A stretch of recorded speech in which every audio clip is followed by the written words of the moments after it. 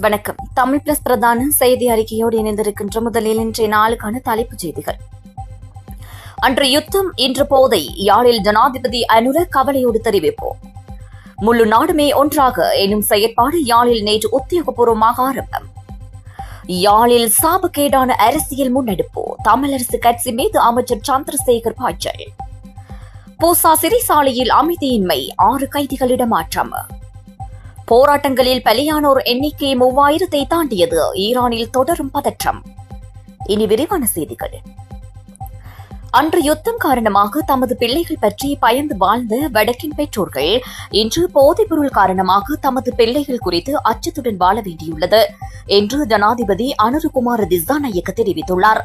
தேசிய பேரழிவாக மாறியுள்ள போதைப்பொருள் அச்சுறுத்தலை ஒழிக்கும் நோக்கில் செயற்படுத்தப்படும் முழு நாடுமே ஒன்றாக தேசிய செயற்பாட்டின் வடக்கு மாகாண நிகழ்ச்சி நேற்று பிற்பகல் யாழ்ப்பாணம் கொக்குவில் தொழில்நுட்ப கல்லூரி மைதானத்தில் அகன்று செல் என்ற தொனிப்பொருளில் இடம்பெற்றது. குறித்த நிகழ்வில் கலந்து கொண்டு உரையாற்றிய போதே ஜனாதிபதி இவ்வாறு தெரிவித்துள்ளார். போதைப்பொருளின் ஆபத்து எந்த இடம், எந்த பிரஜை, எந்த நகரம், எந்த கிராமம், ஏழை, பணக்காரன், சிங்களவர் அல்லது தமிழர் என்ற வேறுபாடு இல்லாமல் பரவுகின்றது. நாட்டின் இளைஞர்களை இந்த அச்சுறுத்தலில் இருந்து பாதுகாப்பதற்காக ஆரம்பிக்கப்பட்டுள்ள போதைப் பொருட்களை ஒழிப்பதற்கான தேசிய செயற்பாடு பலமாக செயற்படுத்தப்படும். அது பின்வாங்கப்படும் ஒரு செயற்பாடாக இருக்காது. அதற்காக அனைவரும் ஒன்று சேர்ந்து நாடு முழுவதும் ஒரு பாரிய பாதுகாப்பு வலயமாக செயற்படுவோம். அதிகாரத்தை இழந்து இனவெறி குழுக்கள் சிறிய சிறிய இடங்களில் இனவாதத்தை மீண்டும் தூண்ட முயற்சிக்கின்றன. இனவாத போக்குகள் எதுவும் நமது நாட்டில் மீண்டும் தலை தூக்க இடமளிக்க மாட்டாது. வடக்கு மாகாணத்தில் போதைப் பொருளுக்கு எதிரான நடவடிக்கைகளில் தீவிரமாக பங்களிக்கும் முப்படைகள் மற்றும் போலீஸ் அதிகாரிகள் ஆகியோருக்கு பாராட்டுக்களை தெரிவித்துக் கொள்கின்றேன். தேசிய பேரழிவாக மாறியுள்ள நச்சு போதைப் பொருட்களிலிருந்து எமது சமூகத்தை விடுவிக்கும் நோக்கத்தோடு அரசால் முன்னெடுக்கப்படும் முழு நாடுமே ஒன்றாக எனும் தேசிய செயற்பாடு ஜனாதிபதி அனுரகுமார திசாநாயக்க தலைமையில் இன்று யாழ்ப்பாணத்தில் உத்தியோகபூர்வமாக ஆரம்பித்து வைக்கப்பட்டது. அகன்று செல் என்ற தொனிப்பொருளில் யாழ் கொக்குவில் தொழில்நுட்ப கல்லூரி மைதானத்தில் நேற்று பிற்பகல் 2 மணிக்கு இடம்பெற்ற இம்மாபெரும் மக்கள் பேரணியில் ஜனாதிபதி அமைச்சர்களோடு வடக்கு மாகாண ஆளுநர் நாவண்ணா வேதநாயகனும் கலந்து கொண்டார்.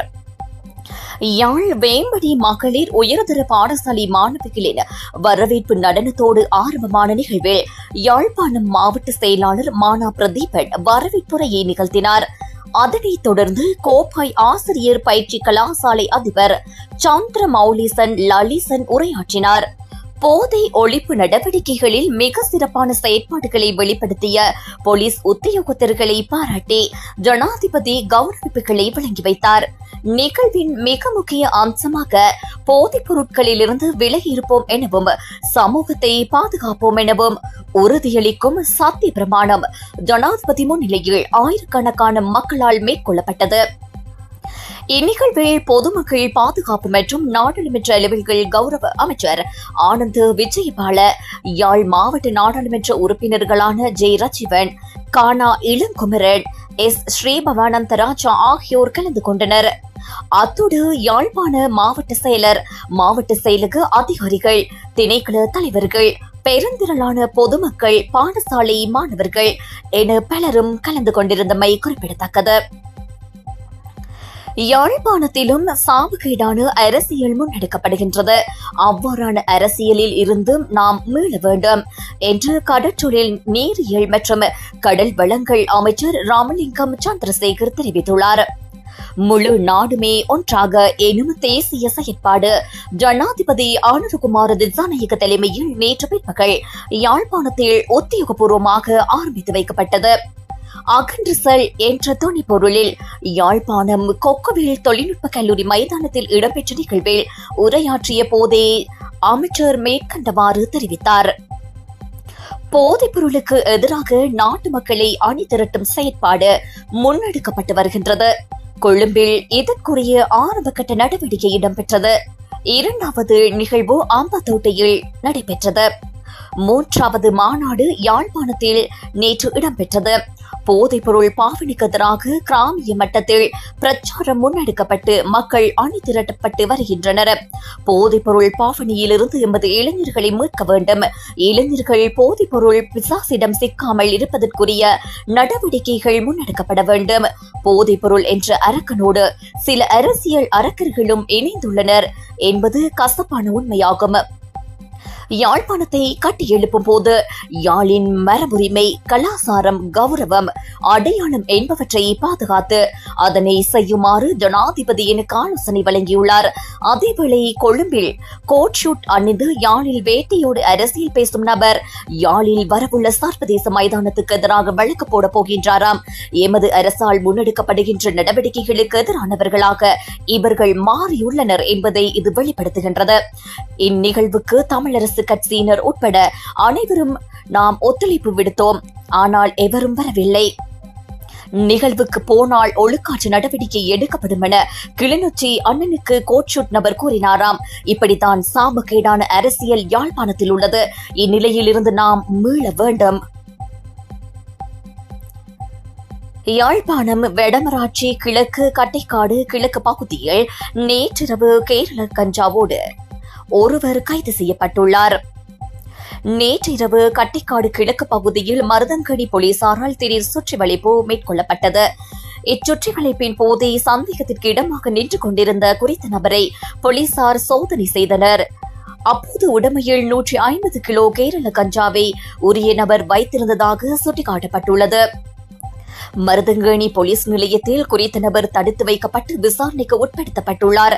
விசாரணைகளின் பின்னர் மேலதிக நடவடிக்கைகளுக்காக கிளிநொச்சி நீதிமன்றத்தில் அவர் முற்படுத்தப்பட உள்ளதாகவும் சுட்டிக்காட்டப்பட்டுள்ளது. இவர் கடந்த வருடம் 70 கிலோ கேரள கஞ்சாவை கடல் வழியாக கடத்தி வந்த வேளை வெற்றிலைக்கேணி கடற்படையினரால் கைது செய்யப்பட்டு விளக்கமறியலில் வைக்கப்பட்டு போசா சிறைச்சாலையில் அமைதியின்மையை ஏற்படுத்திய கைதிகள் ஏனைய சிறைச்சாலைகளுக்கு மாற்றப்பட்டுள்ளதாக சிறைச்சாலைகள் திணைக்களம் தெரிவித்துள்ளது. நேற்று மாலை சிறைச்சாலையின் டி பிரிவின் கூரை மீது ஏறிய கைதிகள் குழுவொன்று சிறை நிர்வாகத்திற்கு எதிராக போராட்டத்தில் ஈடுபட்டதோடு இதன்போது சிறைச்சாலையின் சில உடைமைகளுக்கும் சேதம் விளைவிக்கப்பட்டுள்ளது. தற்போது அந்த நிலைமை முழுமையாக கட்டுப்பாட்டுக்குள் கொண்டு வரப்பட்டுள்ளதாகவும் சிறைச்சாலை திணைக்களம் இதுகுறித்து விசாரணை செய்து வருவதாகவும் தெரிவிக்கப்படுகின்றது. சம்பவத்தோடு தொடர்புடைய கைதிகளை இனி போசா அதி உயர் பாதுகாப்பு சிறைச்சாலையில் தங்க வைக்க முடியாது எனவும், எனவே அவர்களை ஏனைய சிறைச்சாலைகளுக்கு இடமாற்றம் செய்ய ஏற்பாடுகள் செய்யப்பட்டுள்ளதாகவும் சிறைச்சாலைகள் ஊடக பேச்சாளர் AC கஜநாயக்க தெரிவித்துள்ளார்.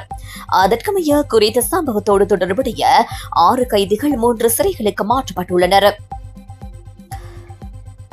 இந்த ஆண்டின் முதல் 15 நாட்களில் 1,31,898 சுற்றுலா பயணிகள் நாட்டிற்கு வருகை தந்துள்ளதாக இலங்கை சுற்றுலா அபிவிருத்தி அதிகார சபை தெரிவித்துள்ளது.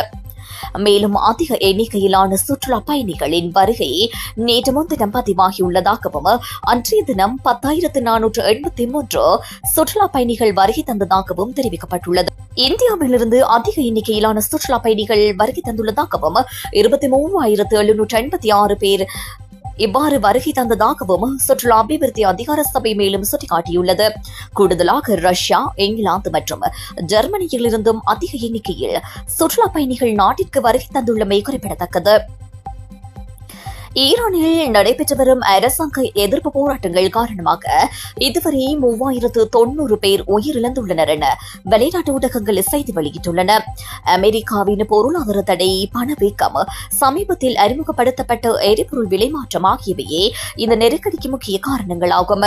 இந்நிலையில் பொதுமக்களின் இயல்பு வாழ்க்கையும் பாதிக்கப்பட்டுள்ளது. போராட்டத்தில் ஈடுபட்டவர்களுக்கும் பாதுகாப்பு படையினருக்கும் இடையே பல இடங்களில் மோதல் வெடித்ததை தொடர்ந்து இவை வன்முறையாக மாறியுள்ளன. வன்முறைகளில் பலியானோர் எண்ணிக்கை தொடர்ந்து அதிகரித்து வருகின்றது. போராட்டத்தை கட்டுப்படுத்த இணைய சேவையை அரசாங்கம் துண்டித்துள்ளது. இயல்பு நிலையை திரும்புவதற்கு தேவையான நடவடிக்கைகள் எடுக்கப்பட்டுள்ளதாக வெளிநாட்டு ஊடகங்கள் தெரிவித்துள்ளன. இதோடு இந்த செய்தி அறிக்கை நிறைவு பெறுகின்றது. மேலும் பல செய்திகளை அறிந்து கொள்ள எமது யூடியூப் தளத்தை சப்ஸ்கிரைப் செய்யுங்கள்.